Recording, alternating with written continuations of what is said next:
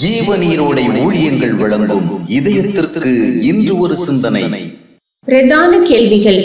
நான் மரித்த பின்பு என்னுடைய கல்லறையின் மேல் இவன் இயேசுவின் சீடனாக வாழ்ந்து இயேசுவின் சீடனாகவே மரித்தான் என்று எழுதப்படுமாயின் அது நிலையற்ற உலகில் கிடைக்கும் ஒரு பெரிய மேன்மையாக இருக்கும்.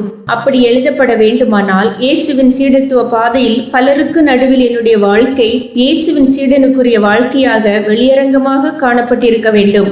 இந்த உலகத்தில் எவ்வளவு ஆத்துமாக்களை சம்பாதித்தேன், எத்தனை சபைகளை நிறுவினேன், எத்தனை விரிவான ஊழியம் செய்தேன், எத்தனை ரெவரன், டாக்டர் போன்ற கௌரவங்களை பெற்றேன் என்பவைகள் அல்ல.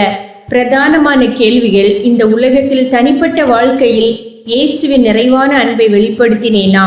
இயேசுவின் சாந்தத்திற்கு சாட்சியாக நின்றேனா? இயேசுவை போல பொருளாசை எதிர்த்து நின்றேனா? இயேசுவை போல அநீதிகளை சகிக்க தயங்காமல் இருந்தேனா?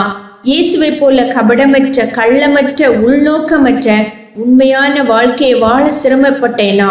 இவைகள்தான் பிரதானமான கேள்விகள். இந்த கேள்விகளுக்கு திருப்திகரமான மனநிறைவுக்க பதில்கள் கிடைக்க வேண்டுமானால் இயேசுவின் சீடத்துவ வாழ்க்கையின் மேன்மைக்காக ஒரு நல்ல போராட்டத்தை போராடி இருக்க வேண்டும். இயேசுவுக்கு ஏற்றபடி வாழ்வதற்கே முதல் முக்கியத்துவம் கொடுத்து அதற்கான அன்பின் சிரமங்களை ஏற்றிருக்க வேண்டும். அதுதான் நியாயத்தீர்ப்பின் நாளில் இயேசுவை சந்திக்கத்தக்க தைரியத்தையும் நம்பிக்கையும் தரும். பரிசுத்த பவுல் அப்படிப்பட்ட நம்பிக்கையின் நிச்சயத்தை உடையவன். எனவே தான் நல்ல போராட்டத்தை போராடினேன், ஓட்டத்தை முடித்தேன் என்று அவன் திருப்தியோடு அறிக்கையிட்டான். அவன் தன்னுடைய வாழ்க்கையை திரும்பி பார்த்தபோது தனக்காக நியமிக்கப்பட்டிருந்த விசுவாச ஓட்டத்தை வெற்றியாக ஓடி முடித்ததை உறுதி செய்ய முடிந்தது. எனவே தனக்காக நீதியின் கிரீடம் ஆயத்தமாய் இருக்கிறது என்று உறுதியாக நம்ப முடிந்தது. பவுல் தன்னுடைய ஊழிய சாதனைகளை பார்த்து பெருமிதத்தோடு பேசவில்லை. தேவன் தனக்கு அளித்த விசுவாசத்தை கடைசி வரை பலவித போராட்டங்களின் நடுவிலும் காத்து கொண்டதை குறித்தே திருப்திப்பட்டான்.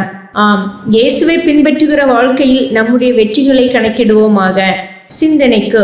உண்மையை தனக்கேற்ப மாற்றுகிறவன் முட்டாளாவான், உண்மைக்கேற்ப தன்னை மாற்றுகிறவன் ஞானியாவான்.